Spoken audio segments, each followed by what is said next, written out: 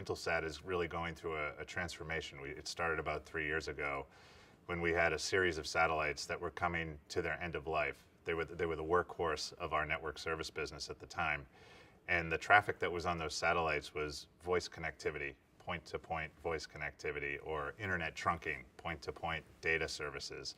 And those services have moved to alternative technology. They've moved to terrestrial capabilities. It's just a more efficient way to deliver that content. So as the satellites came to their replacement cycle, there are just opportunities out there that we aren't not positioned in today. So we started to think about, what the future designs needed to be to drive more efficient solutions to drive broadband connectivity.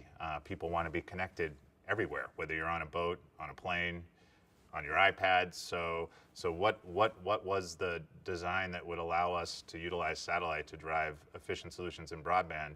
But then also there's a whole region. I mean, the 4 billion people in this world are unconnected. So there's just an opportunity to get to a cost model that will allow our customers to extend their networks using satellite where there just is not the capabilities to do so today. And that's going to drive even more eyeballs onto the system and drive more broadband connectivity. And the underlying application for that is media. It really is media. So whether you're, most of these people are just going to bypass watching it on TV. It's going to be a broadband solution in these areas.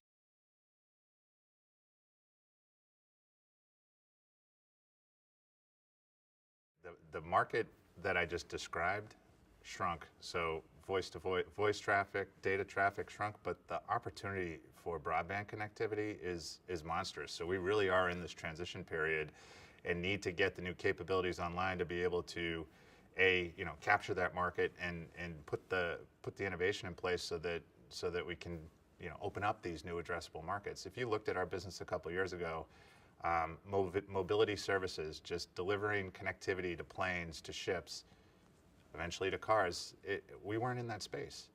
And so we have now developed the right solution, and it's a booming market. Again, going back to the trend that I talked about earlier, people want to always be connected.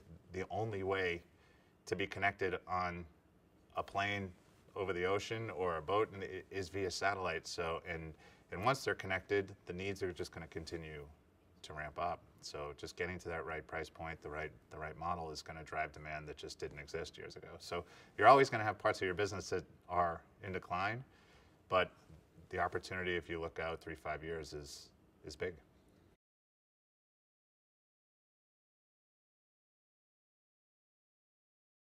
It's funny, the services that I was just talking about, it's the exact opposite. It's a small kit, low cost kit, solar powered, managed by folks in a village, and so it really is making it easy for customers to access the satellite. You have to make it simple, and so that's a lot of the innovation that we're doing on the ground.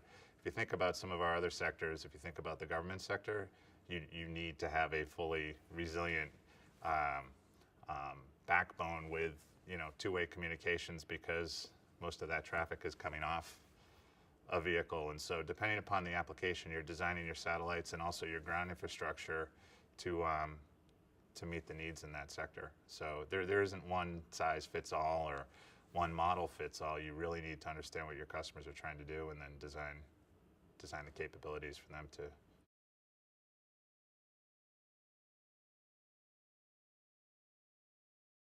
I think ideally in the media space, it would be great for a content provider or programmer not to have to worry about how their services get delivered. Just hand it off. Let us figure out the most efficient path to get it there, whether it's in the sky or in the ground. I mean, we're a satellite operator, but we have a pretty robust terrestrial network that we integrate into our delivery model, and let us figure out the right way to meet your needs.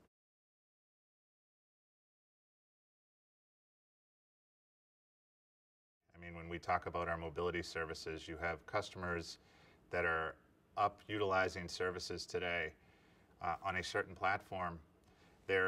We may be offering our services on a different platform, so how do you make it easy for customers to roam seamlessly across our network and potentially across others' networks and just develop that model. So again, they're getting what we're meeting their needs as an industry and obviously for Intelsat. So.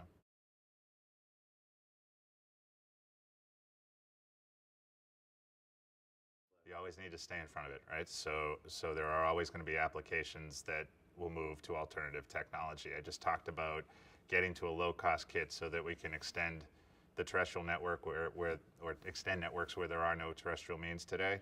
Okay, things are going to evolve, and you need to stay on top of that. But again, satellite will reposition satellite to open up opportunities that we're probably not thinking about today.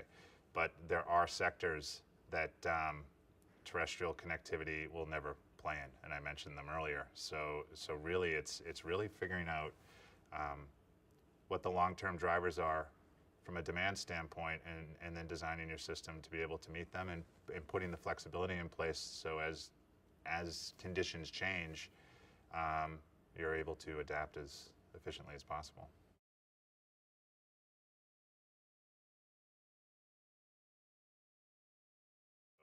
Traditionally, linear programming, what you watch on your television at night, has been delivered via satellite to cable systems around the world, bypassing the entire terrestrial infrastructure.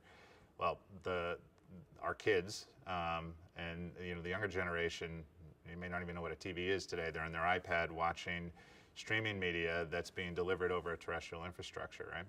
A lot of those files are files. They're VOD files that are getting delivered to servers that they then access over the terrestrial network.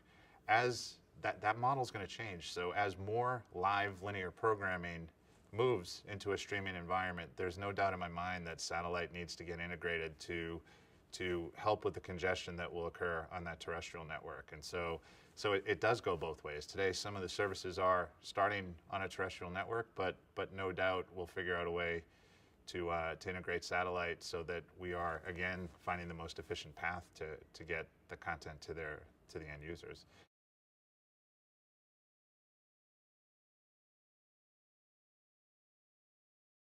So I started in this business 16 years ago with PanAmSat.